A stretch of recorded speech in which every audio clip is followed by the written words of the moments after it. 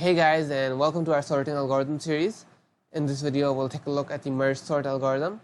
We're going to walk you through a step-by-step worked example in which we show you how the MergeSort algorithm actually sorts an array, and we'll be explaining it step by step, alright? And towards the end of the video, we'll also share and explain the code for the MergeSort algorithm. So here we have a diagram that fully illustrates the process that the MergeSort algorithm undergoes when sorting an array. So it's a lot to take in. You don't have to understand it right now. I'm going to break it down into steps and explain it to you. I just want to give you some background right now and also explain the overall process very briefly. Alright, so the main idea or the main concept behind the MergeSort algorithm is actually within its name, MergeSort.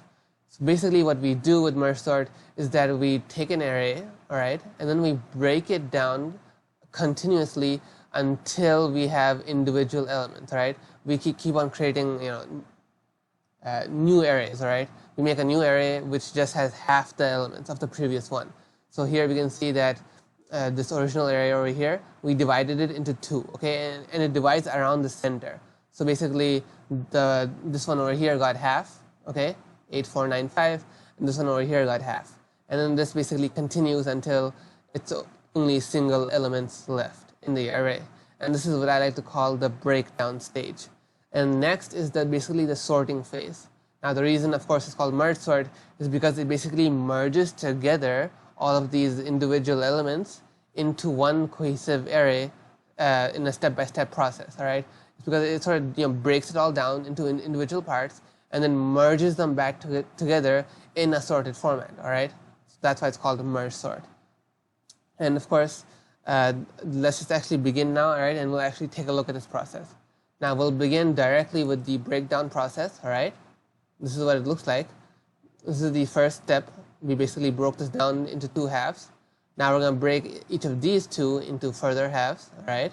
And basically, by the way, this is all done through the use of recursive calls, all right. MergeSort algorithm uses recursive calls. You can also use the iterative version, but the recursive one I find is more standard, and it also maybe, I think, captures the essence of MergeSort better.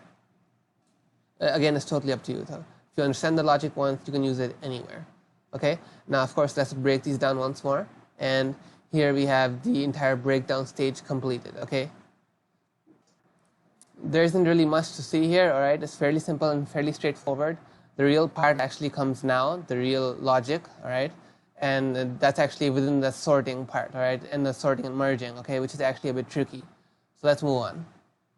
I'm just going to remove the clutter on the screen, all right, because we don't need to be seeing all of this while doing the merging process. So we're just going to focus on what we're actually interacting with, okay, and which is these four mini sections over here. And of course, because of how the recursive calls are made, we're going to be starting from here, all right, from this leftmost element over here, leftmost array, I mean, okay. Now, basically here we have two counters set up, okay?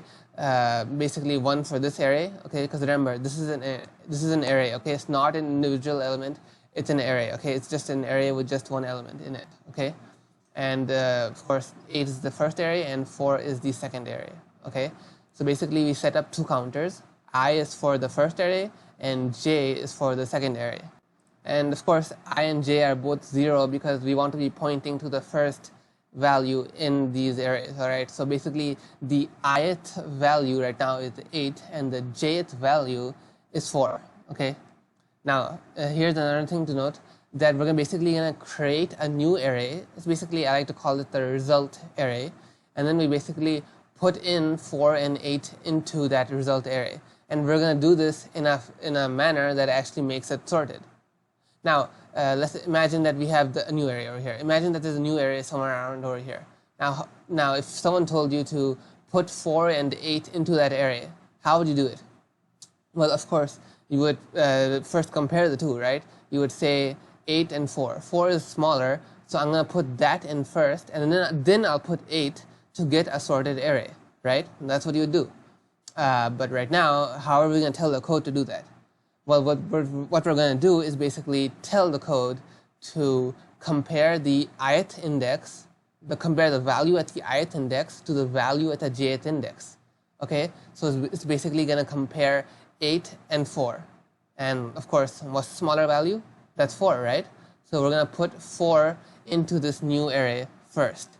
And then what we're going to do is increment j, okay? We're basically saying that it's currently pointing to the second value or the first index. Now, of course, there is no first index over here, right? There's only one value, so there's only the 0th index in this array, which contains 4. So basically what we do is that we basically stop the comparisons, okay? Because basically we have determined that this array is now empty because we've already taken the value from there and placed it into this new array, right? Now, basically what we do now is that we take the other value from the array, okay? We take anything that's in the other array and append it onto this array right here. Now, why did we do this? Well, of course, it's because if one array is finished, then why bother comparing anything? Just take everything in the other one and then just attach it onto the end result array, right? There's no need to do anything else. And basically, we end up with this. Okay, we end up with 4 and 8 over here in the sorted order. Okay, and I've also initialized the I and j counters for this section as well. Okay, if you didn't understand what I did here in the first step, basically I'll be re-explaining things as I do them for the other 3. Okay, so don't worry. Now let's take a look over here. What happens? Now we have 9 over here and 5 over there, and both of these are 0. So basically we compare the 0th indexes, and which one's smaller? 5. So we put 5 into the result array and we increment j. Okay, now of course this array is now finished, so what we do is simply append everything from the other array into the result. Okay, and this leaves us with 5, 9. Now let's take a look over here. We have 1 and 3. Okay, now over here the ith element is smaller. Okay, 1 is smaller, so what we do is add 1 into the result array and we increment I. So I is equal to 1 now and j is equal to 0.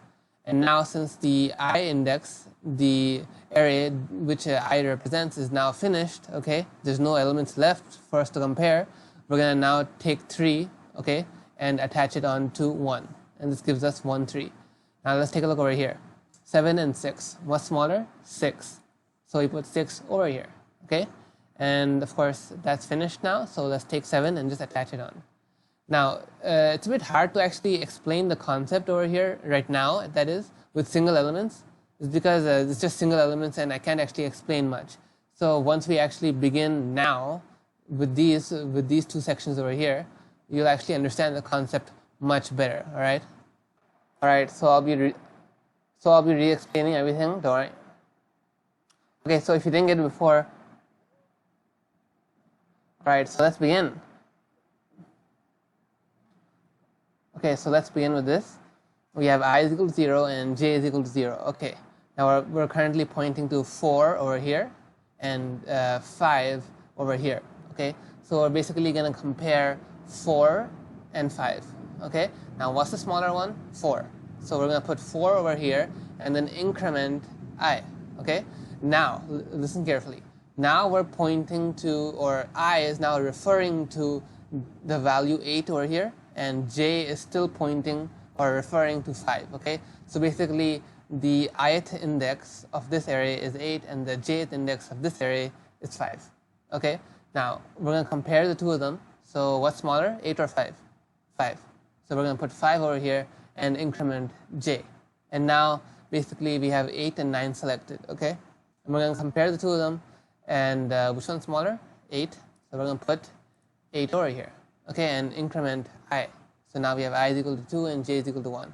Now this array is finished. Okay, there's no element left in it, so we'll just add in the leftover elements from this array over here. Okay, which is 9. Okay, 9 is the only element over there that that we haven't actually compared yet. So we'll just do that, and we now end up with this complete sorted array: 4, 5, 8, 9. Okay, now let's begin with this one. We have I is equal to 0 and j is equal to 0. Okay. We're currently pointing to basically the ith index over here. The value at the ith index is 1, and over here the value at the jth index is 6. Okay, we're going to compare the two of them. 1 is obviously smaller, and we end up with 1 over here, so we increment I. Okay, and now we're pointing to 3 over here and 6 over there. Okay, 3 over here, 6 over there, and we're going to compare the two of them. Okay, and 3 is smaller, so it comes over here, and we increment I. And see, this is actually where it's important to actually just add in the elements from the other array, okay? Because basically the only elements that came in here so far are 1 and 3 from this array. So now we'll just add in 6 and 7 directly, okay? There's no need to do any more comparisons or anything. We'll just directly add them into this array, okay? So we'll just add in 6 and 7. And there we go. Okay, we're almost done now. We have these two over here. And I've actually created the empty result array. So let's begin. This is the main part, the final sorting. Okay, we're pointing to 4 over here and 1 over there, okay? Now, so at the ith index over here, we have 4, okay, at the 0th index. And over here at the jth index or the 0th index, we have 1. So let's compare the two of them. Which one is smaller? 1. So we'll put that over here and increment j. Okay, so now we're pointing at 4 over here still because that's remained unchanged. And we're pointing at 3 over here, okay, at index 1. We're going to compare the two, and 3 is smaller, so we'll put that in and increment j. So now we're still pointing at 4 over here, no change over there, and we have 6 over here at the second index. 4 is smaller, so we'll put that in and increment I. Okay, now we're pointing at 5 over here. Okay, that's the first index in this array. That's the first index in this array, okay? And over here we have 6 at the second index, okay? Now 5 is obviously smaller, so we'll put that in and increment I. So now over here we have 8 at the second index, and over here we have 6 at the second index, okay? So 6 is smaller, so we'll put that in and increment j. J is now 3. Now over here we're still pointing at 8, okay? And over here we've moved on to the final element, which is 7. 7 is smaller, so we'll put that in and increment j.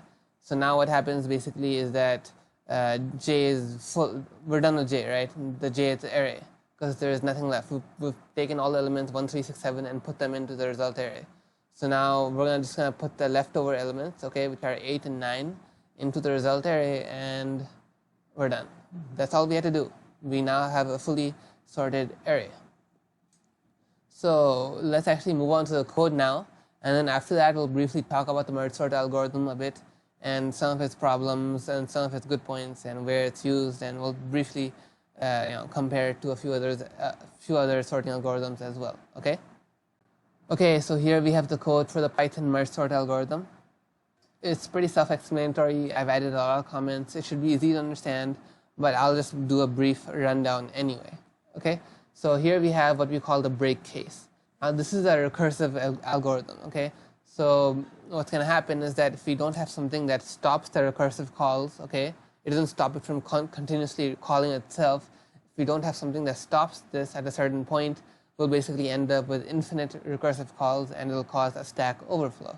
So basically what this does over here, it says that if the length of the array being passed to the MergeSort algorithm, if it's less than 2, which basically means if it's 1, or even 0, which won't happen. Basically, if it's 1, then stop, okay, and return the array, okay, return that element. And basically, yeah, that's the break case. Over here, what we're doing is creating the result array. This is the array in which we'll be inserting all our values, all right, the sorted values. Over here, we're calculating the index of the mid value, okay. This is like the length of the array divided by 2 and then convert it to integer, okay, because we don't take indexes as float values, all right. And over here, basically what we're doing is making the recursive calls. And basically, as you can see, this is like the list notation in Python. So basically, this one is doing it from the beginning of the array to the mid, and over here is doing it from the mid to the end of the array, okay. So basically, y is the first half and z is the second half. Okay, and x is the original array. And over here we initialize I and j both to 0, and over here is the main logic. Okay, this is the main logic that the sorting and the merging process. So basically, this while loop over here will run until either one of the two halves.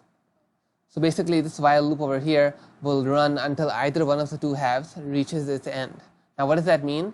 It means that I mentioned this earlier as well, that if all the elements from one array, from one half, get added into the result, basically we just stop right there, we stop the comparisons, and then we just add in the leftover elements, right? So basically, if this condition breaks while the comparisons are happening, we simply skip down here and we append all the leftover elements into the result array, okay? So let's just take a brief look at what happens inside this while loop. Over here, if basically over here, if the value at z, okay, over here, if the jth value at z is less than the ith value at I, over here, if the jth value at z is less than the ith value at y, we're going to add z into the result because it's smaller.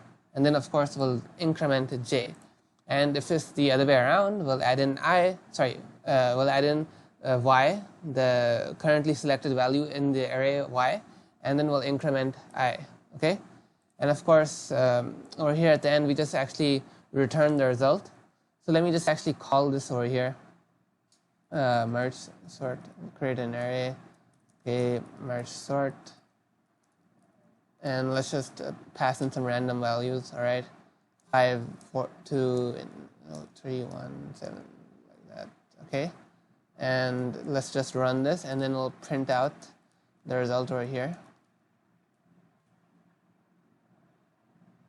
And there you go. It runs, okay, and it's fully sorted. So yeah, now here we're done. If you want the code for this, you can find it on the website link included in the description below. And you can also find links to a lot of other sorting algorithms that we've actually done in this series. So make sure to subscribe because we're releasing a lot of new content. And I'll probably see you in a later video. So I just want to briefly talk about the space complexity and the time complexity from MergeSort. So the time complexity from MergeSort is n log n, which is pretty fast compared to n squared algorithms, all right? But the space complexity from MergeSort is worse than usual, worse than the average sorting algorithm, because two reasons. MergeSort has a lot of recursive calls in the start, okay? And second reason is that because of all the extra arrays that MergeSort creates, basically there's a concept called in-place sorting. What that means basically is that if a function is passed an array for sorting, it'll just swap those elements around in that same memory, all right? It won't create any new memory to do the sorting. But MergeSort, on the other hand, actually creates a whole bunch of new arrays, and there's one new array basically on each recursive call. So basically, that's a lot of new arrays. So basically, MergeSort actually does use quite a bit of memory. So yeah, there are actually a lot of other sorting algorithms out there. You can actually find the code for this as well on our website, the MergeSort algorithm, and for the other sorting algorithms as well. You can find links to the other sorting algorithm videos in the description as well. And if you're interested in content like this in the future, make sure to subscribe, and I'll probably see you guys in a later video.